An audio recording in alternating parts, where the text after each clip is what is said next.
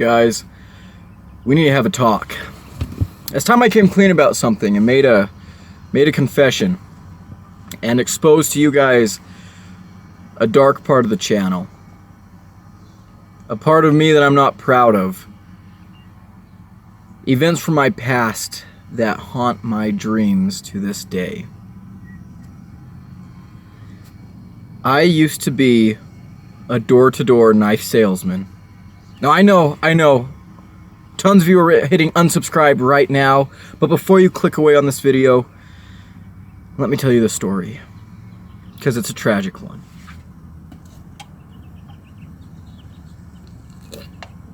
And that is vile.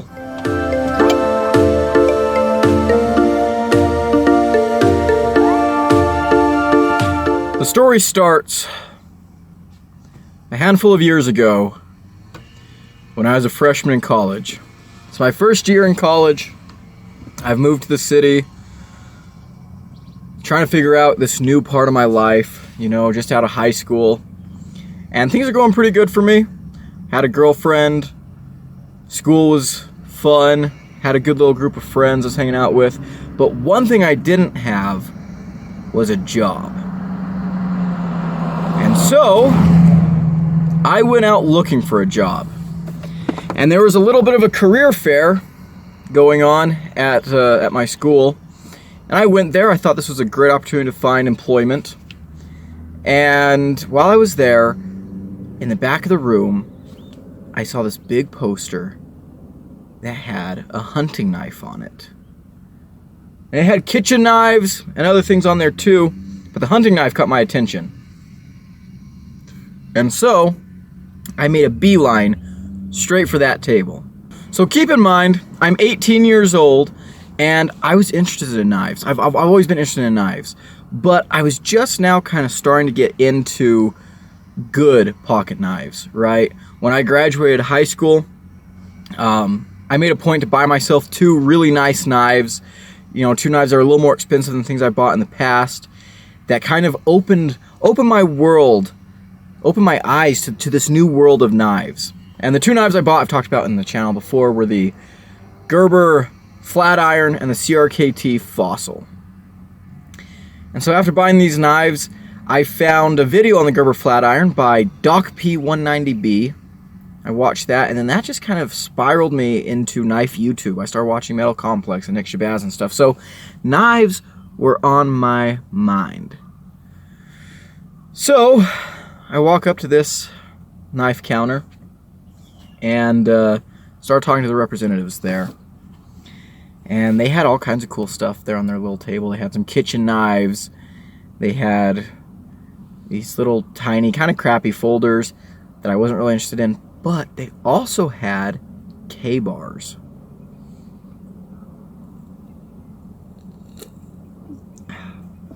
This company, of course, was Cutco.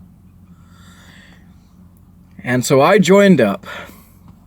And I said, yes, sign me up. I will sell knives. This is really cool. And one of the things they got me with was, the more things if you meet these certain thresholds of excellence within our little pyramid scheme, company, you meet these little thresholds of excellence, you get free stuff. And one of the prizes was the BK,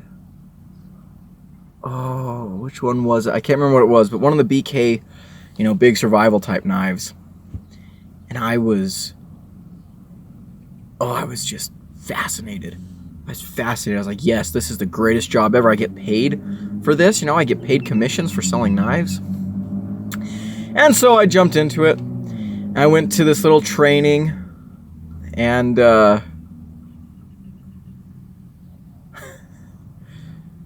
learned the ways of the knife salesman. And so we were trained in two different approaches: to go to people's houses, knock on their door, and sell them products, but also to do it over the phone.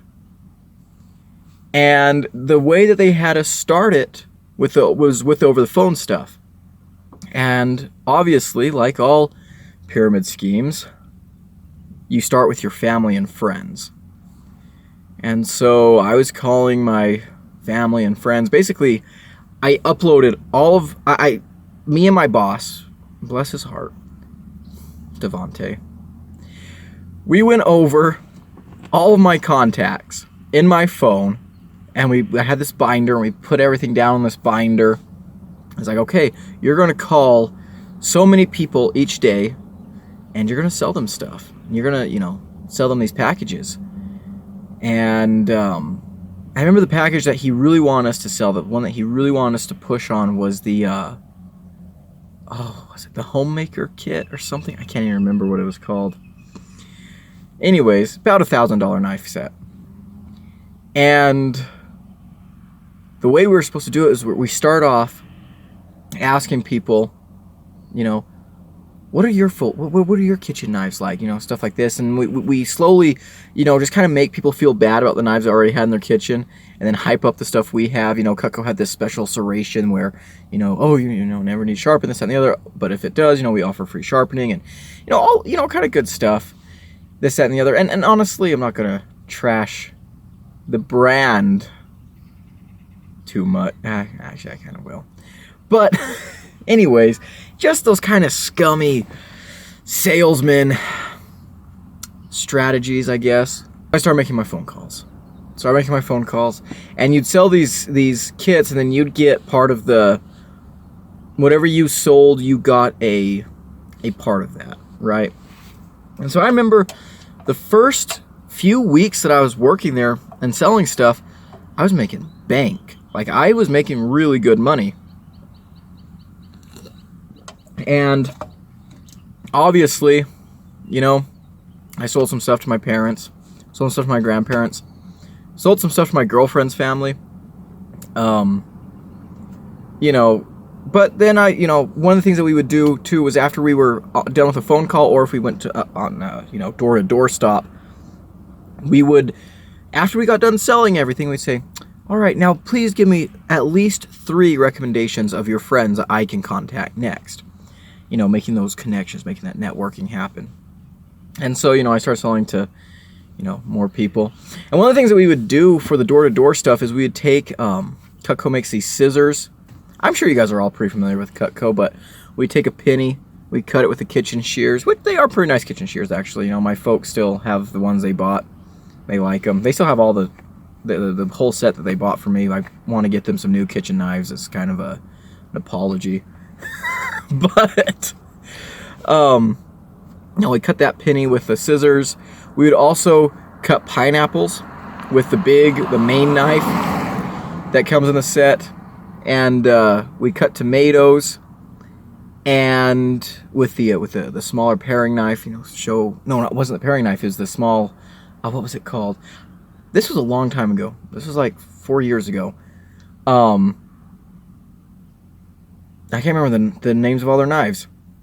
Anyways, we cut tomatoes with that. But the kick was I had to buy all that, all the fruit and stuff that we cut myself. Provide the demonstration devices. But, a couple weeks into this job, like I said, I was making good money. But then I kind of started to look at the job past the money.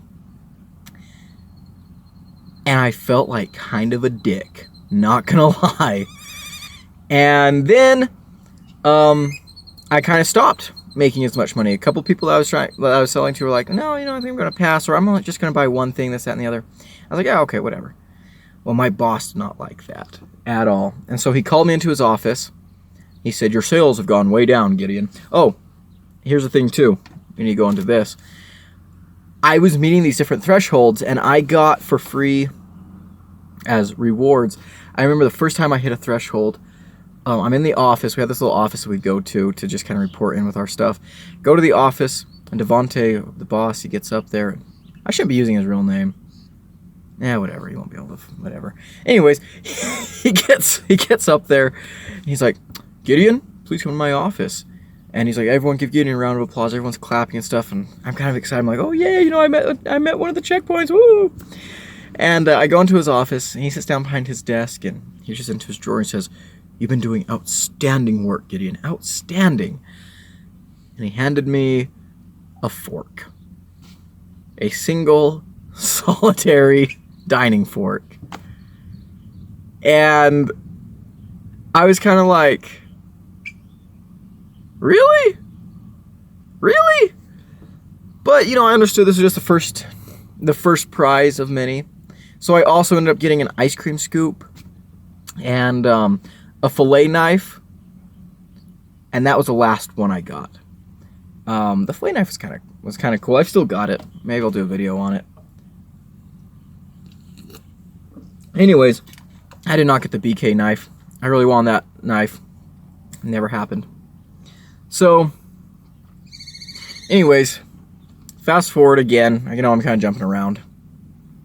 Devontae calls me into his office and he says, "Get in, your sales are way down. Sales are way down. What's going on with you?" And I said, "Well, you know, not everyone wants to, you know, buy that big set, and so, you know, I sell them what they want." And one of the options that we were given, you had these other different packages, and so if they didn't want to buy this one thing, you know, you're kind of jump around with the different packages and stuff. And so I was selling some of the less expensive stuff and whatever. And he chewed me out. Oh, he was mad. He said, "You know what? I need to make sure that you're still into this. I need to make sure that you're still doing what you're supposed to do, because your sales should be better. You should be selling these big expensive sets."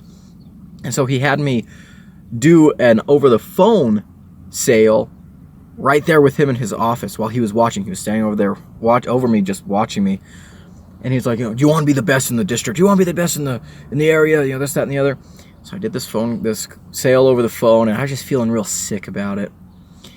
And it happened to be with someone who I knew growing up. He wanted me to go back to selling to someone from my contacts that I hadn't sold to yet. I was like, okay. So this lady, I known her growing up. She's a good friend of my family, and she's she's a youth leader in a couple of different groups I was a part of when I was a kid. And so I call her up, and I start my sales pitch, and she was not very happy about it. She was not taking it well. She's like, "Well, you know, I don't think this is gonna, like, you know," I told her, "Hey, you know, I'm gonna be, you know, I'm selling knives now. You know, that's what I'm doing for my job, blah, blah, blah. Would you be interested?" She's like, no, I don't think so. Not really. It's good to hear from you, though, blah, blah, blah." And she's going to hang up, but Devontae, he's looking at me, he's like, I was like, oh, okay. And I said, "Well, just hear me out." And, you know, you kind of finagle your way into keeping the conversation going, and you just kind of reel them in. And so I start my little spill. You know, we had this script to go through, and she's saying, "Oh no, I'm not that interested." Da, da, da, da, da. But again, my boss is watching me. I can't let her go, and so I'm starting to feel just terrible about it. And finally, we get to the part where I'm selling her the big item. This is one where I got to make it sound like this is the most amazing thing. She needs it. Absolutely. She cannot live without it. And she's not going for it. And so I'm like, okay, well, you know, let's see if we can work something else out. And the boss gives me this look. He says, "Sell the set." I was like, okay. So I tried again. I tried to, ease her into and she got mad. She kind of started yelling at me a little bit, and what why are you even doing this? This, that, and the other. Blah, blah, blah. I told you I wasn't. Blah, blah, blah, blah. Hangs up on me, and my boss just kind of goes, okay, you can go home. And I just felt bad the rest of the week. I made a couple more sales and stuff. I just felt bad. I was like, okay, this is someone that I knew, a family friend. I made them mad at me, and this, that, and the other.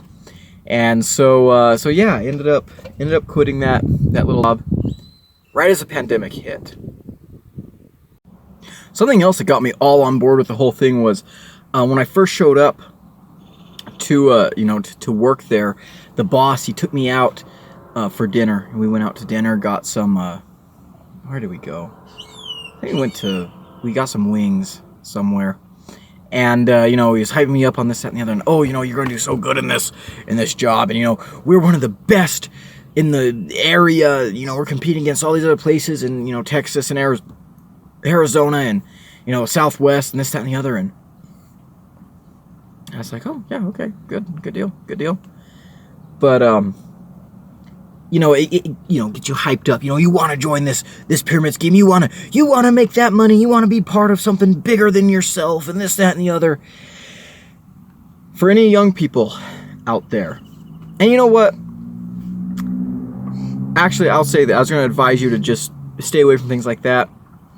I think that is good advice. But I do have to admit, there were some people who did very, very well in this job who they really did succeed, and they made a buttload of money, and they, you know, they really enjoyed everything they did. They went on, like, you know, company trips to, you know, Hawaii and stuff like that. But for me, it was not something I enjoyed doing. I do not like forcing people to buy things.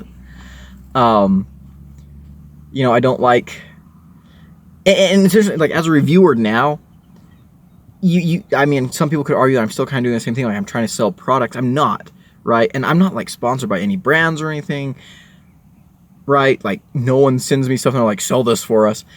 But also, everything I review, I really just tell you guys what the product is like and then let you make up your mind about it, right? I tell you what my experiences are with it, and then I tell you whether or not I think it's good or bad.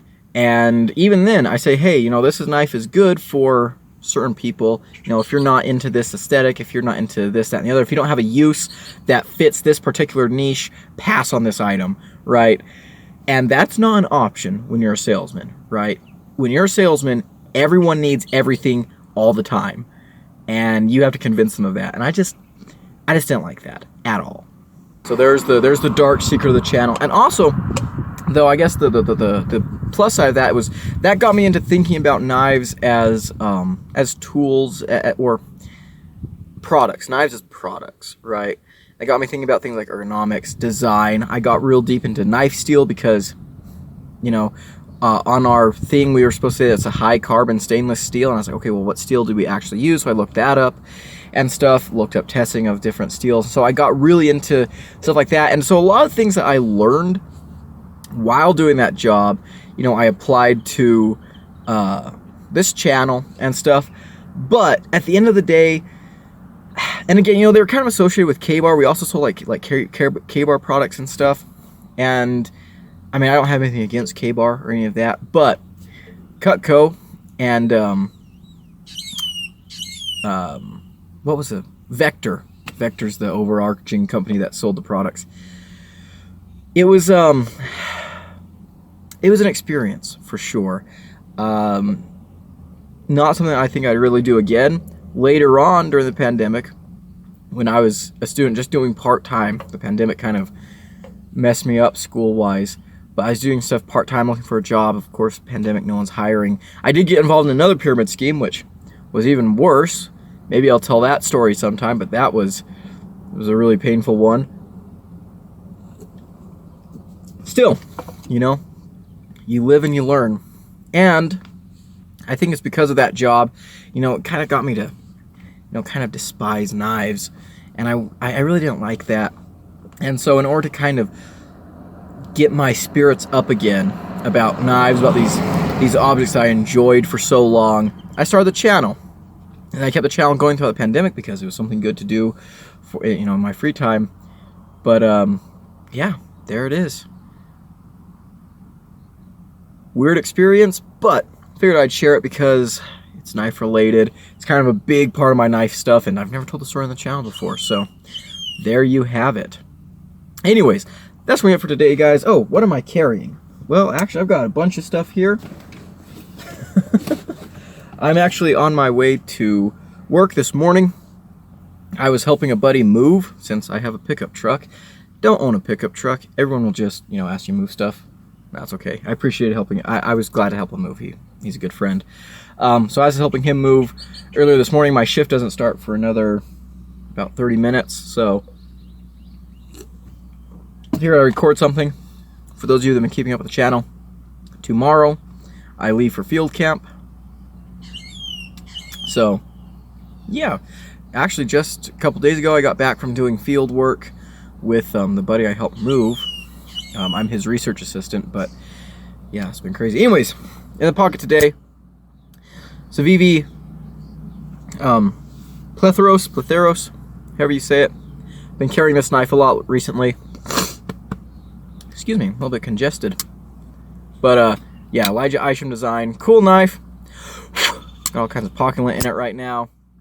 There will be a video on this knife eventually. I'm not sure when, but there it is. Thank you guys so much for watching. I hope you enjoyed this video. If you did, let me know. And I've been Gideon. I'll see you in the next one. Adios.